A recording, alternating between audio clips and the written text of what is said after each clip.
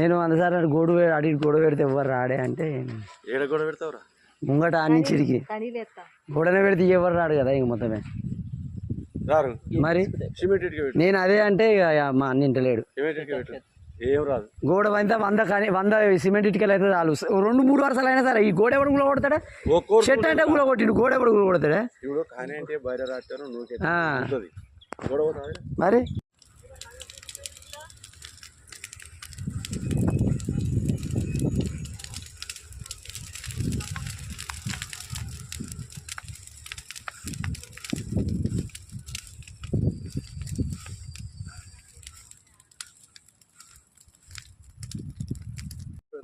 ఇప్పుడే కనబడుతుంది మళ్ళీ మొత్తం వాని చిన్న కొడుకు వాని అక్షరం చదివిండు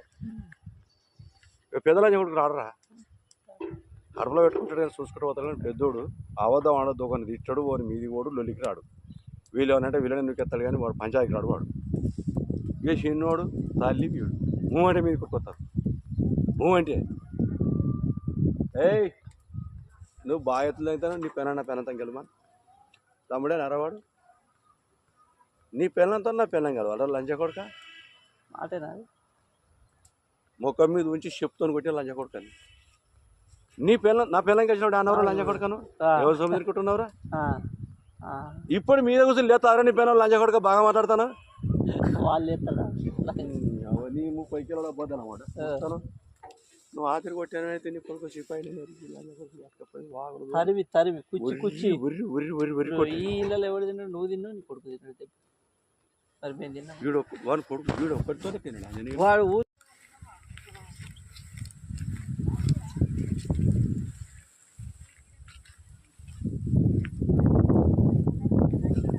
మేము లేనప్పుడు మా జాగాలో వచ్చి అక్కడ కనబడుతున్న బిల్డింగ్ సార్ వాళ్ళది ఈ పైన బిల్డింగు ఇక్కడి నుండి ఆడగొట్టుకున్న కొమ్మలు వచ్చి ఇక్కడ వేసిర్రు మా జాగాల ఇగో ఇది మా ఇల్లు సార్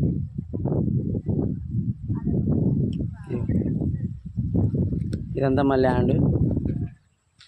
30 ఏళ్ళ కిందట గొడవల ఇప్పుడు ఇవి వేసిపోయింది సార్ గొడవకు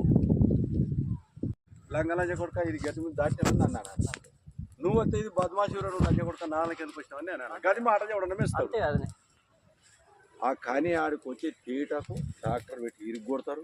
వారికి ఇప్పుడు 3 వరలు అనుకోండి గోదలు వానుకుంటాయి అన్ని వానుకుంటాయి ఇప్పుడు నేను 2 ఏళ్ళ నుంచి ఇప్పుడు ఈ పట్టుబట్టి ఆడని అర్థం నుంచి ఏమైనా ఉన్నారా కోరుతుంది ఏమైనా ఉన్నారా కానీ వాడికి అది ఇలా ఇప్పుడు మీ అయ్యా ఎక్కడికి ఏడు ఉంటారు ఆమె వాళ్ళే ఉంటలేరు వాళ్ళు